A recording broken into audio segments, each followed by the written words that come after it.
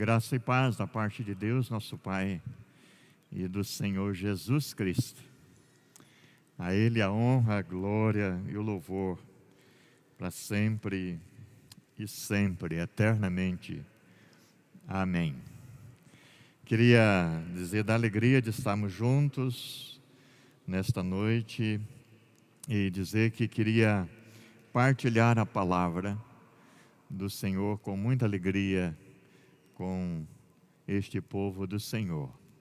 Nesta noite especial, como já anunciado, queria fazer apenas uma menção a mais, a pedido do nosso diretor executivo, é que para nós bastante importante estar conosco, esteve participando aqui do grupo de louvor, o presidente da Igreja Indígena Presbiteriana no Brasil, o nosso querido irmão presbítero Esaú.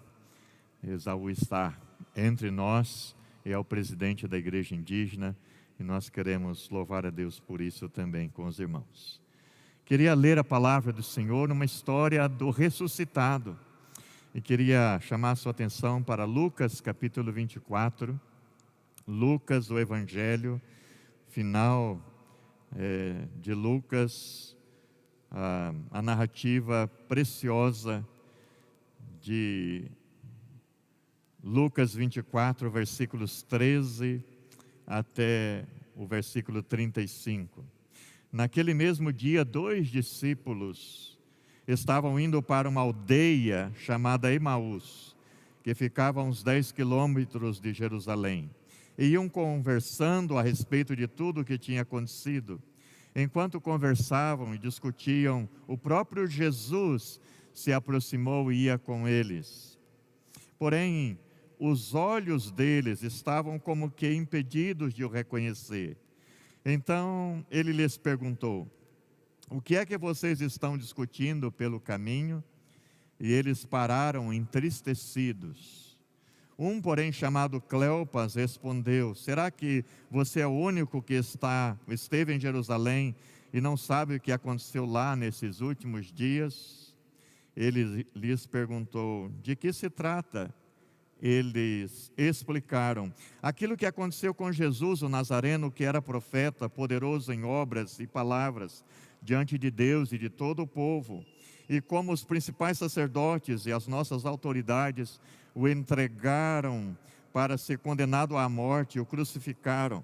Nós esperávamos que fosse ele quem havia de redimir Israel, mas depois de tudo isto, já estamos no 3º dia desde que essas coisas aconteceram.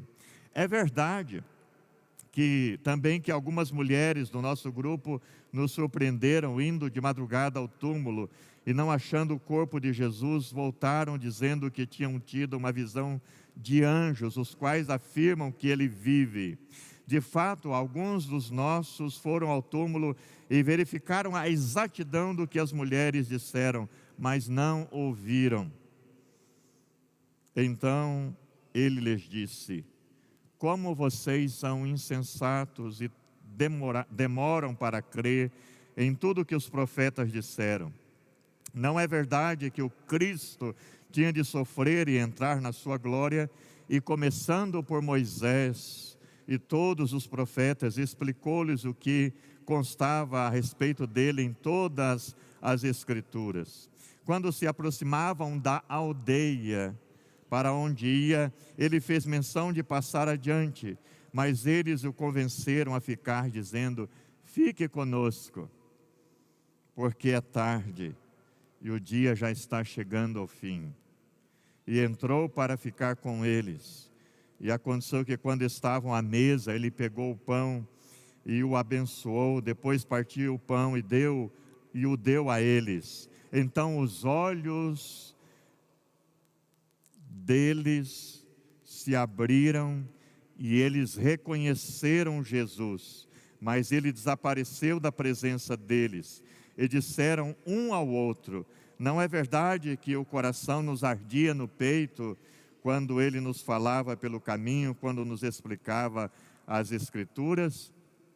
E na mesma hora, levantando-se, voltaram para Jerusalém, onde acharam reunidos os 11 e os outros com eles, os quais diziam: de fato, o Senhor ressuscitou e já apareceu a Simão. Então os dois contaram o que lhes tinha acontecido no caminho e como tinham reconhecido o Senhor no partir do pão. O melhor reencontro da história. Encontros são muito especiais, como desta noite, por exemplo, mas nós podemos lembrar de encontros os quais nos traz muita alegria ao coração, e reencontros. Hoje talvez seja mais fácil, pois a comunicação se tornou tão pronta que de repente a gente anuncia a chegada, mas você sabe como eu, muitos aqui, de um tempo em que nós esperávamos por um reencontro e de repente, num certo tempo, aparecia aquela pessoa que há tempo não víamos, um parente, um amigo que há tempo não víamos, e fazia tempo mesmo, e nos alegrávamos. E eu queria reviver esse momento tão especial, que aconteceu naquele instante com esses dois discípulos que estavam de caminho, andando cerca de 10 quilômetros da estrada que descia de Jerusalém para uma aldeia chamada Emaús. Minha impressão deste texto é que esta é uma das passagens mais lindas e comoventes sobre a ressurreição. Eu queria que você levasse com você nesta noite esta história maravilhosa destes discípulos que desciam para certa aldeia, caminhantes que encontraram o ressuscitado. 2 domingos atrás nós lembramos da Páscoa do Senhor, da ressurreição, da vitória. Esse é um tempo de celebrarmos a vitória, a maior delas. O melhor reencontro da história se dá quando o ressuscitado encontra novamente os seus, e vem encontrando, e um dia encontrou-se com você, que está aqui nesta noite. E é sempre uma oportunidade de nos encontrarmos com o Senhor da glória, com o Senhor Jesus ressurreto. Eu gostaria de dar ênfase sobretudo a este comovente convite que os caminhantes de Emaús fazem para o Senhor: fica conosco, porque é tarde e o dia já está chegando ao fim. Eu queria que você, irmão, irmã, pensasse nesta noite e que você saísse daqui repetindo com os discípulos de Emaús esse desejo, que ele realmente queimasse no coração de vocês o desejo de convidar o Senhor. Eu não sei como está a sua vida com Jesus, não sei como você chegou aqui, mas com esta palavra dita neste versículo 29 de Lucas 24, você saísse daqui disposto a colocar-se diante do Senhor e pedir: fica comigo, Senhor. Isso aqui já deu também hinos e cânticos maravilhosos, um convite para estar com o Senhor. E neste caminho daqueles discípulos, de toda a humanidade, de todos nós encontramos aqui, primeiro, caminhantes frustrados. Aqueles discípulos se encontravam entristecidos e frustrados. Quando Jesus se coloca no meio deles, logo Jesus pergunta, interage. Jesus não se revela de pronto, mas quer caminhar com ele, quer ver como eles estão sentindo a vida ao redor deles. O que é que vocês estão discutindo pelo caminho? Pergunta o Senhor. E se estabelece ali um diálogo, uma maneira de Deus falar conosco, de Deus falar contigo, querido irmão, irmã. É preciso estabelecer esse diálogo. Então, diz a palavra que eles pararam entristecidos. É como se eles olhassem para Jesus e dissessem: ora, você é o único aqui que está por fora de que planeta você é, você não sabe os últimos acontecimentos. Eles tinham uma grande expectativa.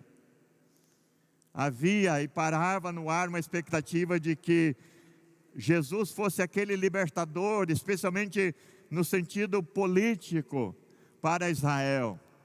Nós esperávamos que fosse aquele que iria redimir a Israel. E eles contam a Jesus e dizem: ele morreu. Jesus morreu. E morreram nossos sonhos, morreu nossa esperança. Estamos tristes, estamos decepcionados. Emaús é um lugar de tristeza, de frustração. A aldeia de Emaús se transformou num lugar de tristeza. E aqueles discípulos colocaram os pés na estrada da incerteza, da dúvida. Parece que continuavam na mesma. Parece que a esperança tinha desaparecido totalmente. Querido, é assim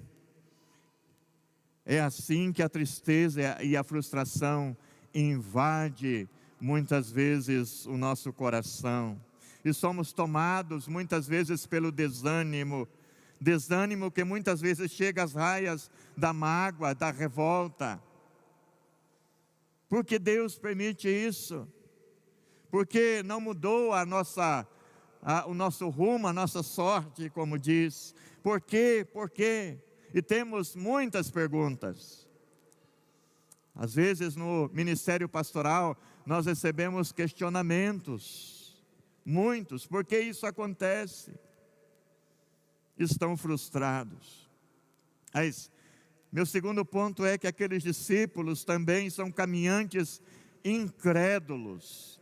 Quando Jesus pergunta quais os fatos que afinal tinham ocorrido, eles responderam, está aqui no versículo 19, o que aconteceu a Jesus, o Nazareno.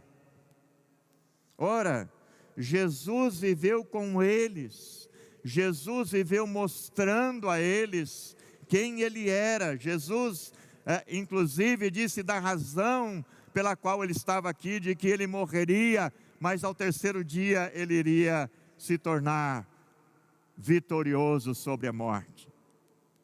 Mas a incredulidade, ela cega. A incredulidade torna os olhos espirituais incapazes de ver. Jesus viveu com ele. Jesus pregou, demonstrou sua origem divina. No entanto, os discípulos do caminho de Emaús o viram apenas como um varão profeta. Jesus, queridos, não é um simples profeta, é o Emanuel, é o Deus conosco. Eles estavam equivocados sobre Jesus, eles não sabiam da origem de Jesus, de que Ele era o Messias. Erraram por não compreender as Escrituras. E uma visão errada sobre Jesus leva a uma visão errada sobre a sua obra. Frustraram porque esperavam tão somente um libertador político, imediatista. Não é assim muitas vezes que acontece conosco hoje. Muitos veem Jesus não somente como um solucionador de problemas, meramente. Não o veem como Salvador, como o Senhor, o Deus encarnado, como aquele que morreu na cruz para reconciliar o pecador, eu, você, com o Criador, com Deus. Aquele que merece total confiança.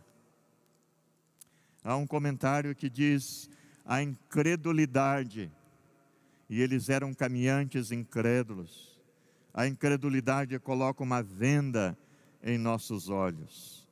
E assim aqueles discípulos estavam cegos espiritualmente. Mas, queridos, meu terceiro e último ponto é que aqueles caminhantes são caminhantes que encontram o ressuscitado, ou que reencontraram a Jesus ressurreto. É assim pelos caminhos da vida. Pelos caminhos da vida é certo que encontramos as oportunidades para crer, como as oportunidades desta noite. Deus está agindo em nosso meio, Deus está em nós, Deus está em meio ao nosso caos muitas vezes. Diz a palavra que enquanto caminhavam, o próprio Jesus se aproximou e ia com eles. Apesar da tristeza, da frustração, da incredulidade dos discípulos, Jesus chega e começa a caminhar com eles. O Cristo vitorioso, ressurreto, se faz presente, e Jesus presente, ressurreto e vitorioso, pode transformar a tristeza em alegria, a decepção em vitória. A sua presença, a presença de Jesus, nos mostra a verdade das Escrituras.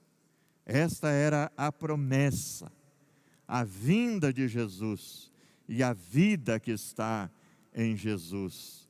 E Ele nos dá a vida graciosamente. João 10:10, eu vim para que tenham vida e a tenham em abundância. Queridos, eu queria mencionar algo dito por um autor chamado David Nicholas. Ele escreve um pequeno livro chamado O que Fizeram do Evangelho, e ele afirma: quanto mais entendermos o que aconteceu na cruz, e quanto mais percebermos o que custou para Jesus tomar nossos pecados sobre Ele, e ser castigado completamente por todos os nossos pecados, mais entenderemos o quanto nos ama. É o amor de Deus por nós, demonstrado claramente na cruz do Calvário, por mim e por você. Por isso, queria que você, nesta noite, refletisse bastante na sua vida, como está hoje, diante do Senhor Jesus, e do amor que Ele demonstrou por você lá na cruz. É preciso entender. Há uma colocação que aparece sempre nesse tempo da Páscoa. Ela aparece aí nas mídias e ela é real quando demonstra isto. O que segurou Jesus na cruz não foram os pregos, e sim o amor. O amor por mim, por você, por toda a humanidade. Uma vida cheia de esperança e uma mente transformada é o que o Evangelho faz em nossa vida, queridos irmãos. A vida cristã é uma vida cheia de esperança, sabe? Eu queria tomar um minuto para dizer para você que houve um tempo em que eu fui morar longe de minha família, longe de meu pai. Fui morar com um irmão mais velho. E naquele tempo, os contatos não eram tão fáceis como é agora. Foi um tempo bastante difícil. Foi um tempo perdido. Foi um ano no qual eu perdi tudo que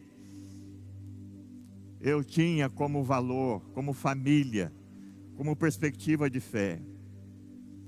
Eu voltei para casa do meu pai, frustrado, incrédulo, longe do caminho, longe da vida, longe de Cristo.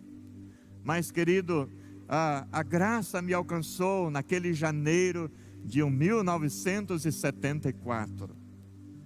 Desde então, aquele encontro com o Senhor, numa pequena igreja no interior do Paraná, eu sirvo ao meu Senhor desde então. Deixa eu te dizer, são quase 50 anos, e o Senhor Jesus nunca me decepcionou.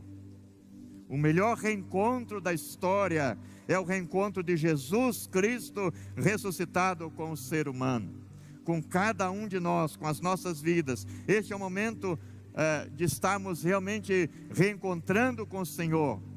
Em muitos momentos nesse tempo eu decepcionei, mas Ele nunca me decepcionou. Diga nesta noite: fica, Senhor, tens meu coração para pousar. O maior reencontro e o melhor reencontro da história é o encontro do pecador, do ser humano, com Jesus ressurreto, com o Cristo vencedor. A Ele toda a glória. Amém.